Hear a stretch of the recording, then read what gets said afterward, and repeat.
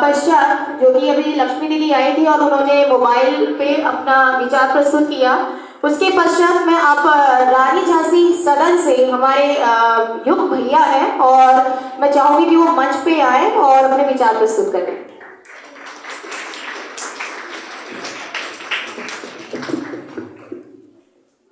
आदरणीय प्रबंधक महोदय जी, सम्मानित निर्णायक मंडल और मेरे प्रतिद्वंदियों और मेरे प्रिय साथियों, आप सभी लोगों को मेरी तरफ से भगवान का प्यारा नाम सीताराम। तो आज का जो विषय यहाँ पे प्रस्तुत करने जा रहा हूँ, जिस विषय पे यहाँ पे डिबेट कंपटीशन, यहाँ पे वाद विवाद प्रतियोगिता हो रही है, मोबाइल का उपयोग। तो हम पक्ष में बोलने के लिए यहाँ पे मैं उपस्थित हुआ हूँ, पक्ष में बोलने के लिए।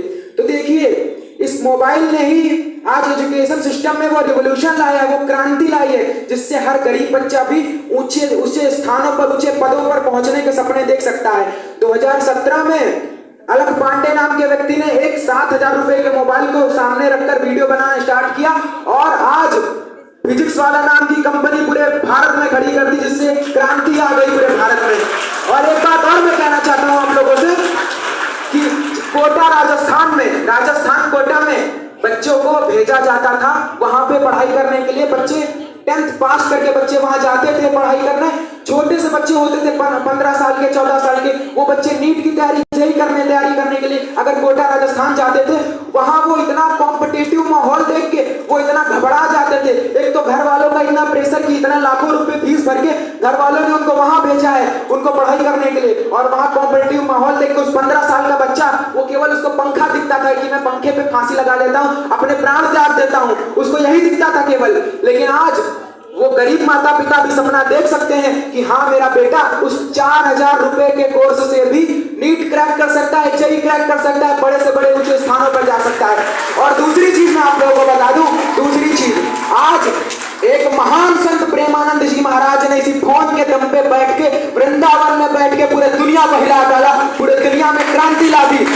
जिस जुबान पे गलत थे, निंदा थी, गालियां थी, उसी जुबान पे राधा नाम इसी फोन ने तो ले आया है ना मेरे भाइयों बहनों। अगर ये फोन ना होता, सोचिए जिन महाराज जी को 1.5 साल 2 साल से सुनने से इतना परिवर्तन मनुष्य के जीवन में आ रहा है, इसी फोन की बदौलत अगर उनके दर्शन हो जाएंगे, बिना दर्शन के, इसी फोन ने ही तो कल्याण किया ना, इसी फोन ने ही तो किया ना।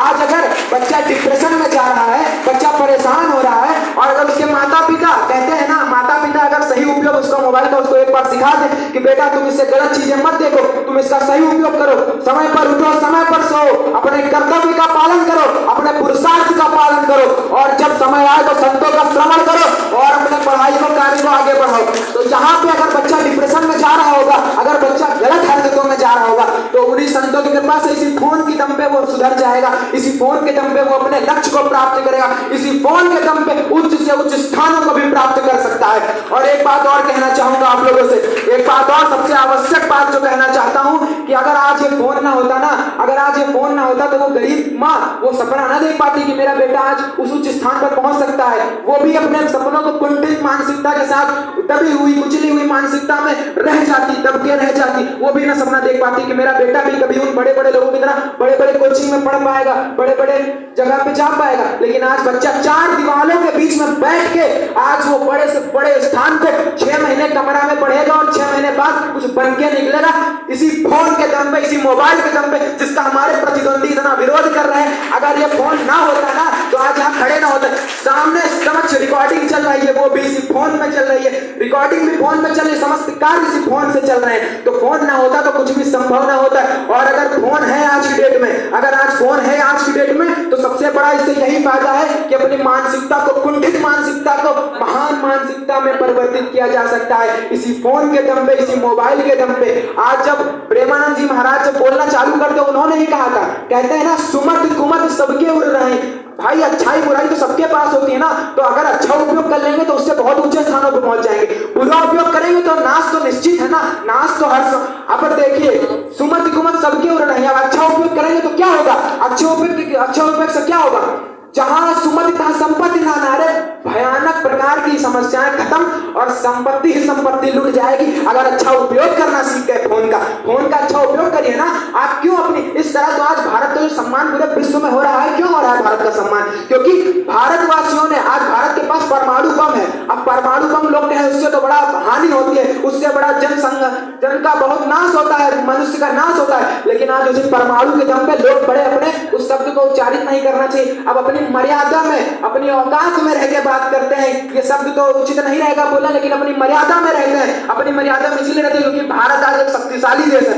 उसी तरह से फोन है, फोन अगर अच्छा उपयोग करेंगे ना तो आप कहीं भी पहुंच सकते हैं, दुरुपयोग करेंगे तो विनाश तो निश्चित है ही है। प्रतिद्वंदी कितना भी विरोध करें, प्रतिद्वंदी कितना भी विरोध करें, लेकिन वो ये भी जाने परमाणु बम से देश बचाया भी जा सकता है और जाने ली भी जा सकती है। तो फोन से आप अपने उपयोग करके आप महान भी बन सकते हैं और अपने आप को विनाश भी कर सकते हैं। उसी फोन से गलत चीजें देख के, गलत वातावरण में पल के आप विनाश भी हो सकते हैं। उसी फोन से मैं उदाहरण हूं, उसी फोन के दम पे, महाराज जी के दम पे मैं यहाँ पे बोलने लायक हुआ हूं। आप सभी लोगों को मैं धन्यवाद करना चाहूंगा। के साथ फोन अगर आप उपयोग कर रहे हैं, फोन आप उपयोग कर रहे हैं, सही जगह करेंगे, निश्चित रहेगा, बहुत उपयोगी रहेगा। धन्यवाद। बहुत बहुत धन्यवाद युग भैया।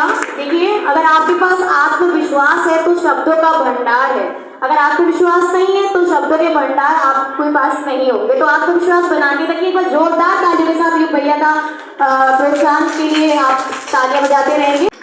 अब सीनियर क्लासेस में जो बड़ी अच्छी चीज ये हुई कि जहां पर सारी चीजों को हम देखते रहते हैं और सुनते रहते हैं, वहां पर कुछ चीजें ऐसी होती हैं जो हमको वेदना देती है, हमको अच्छाइयों से प्रेरित कर देती है।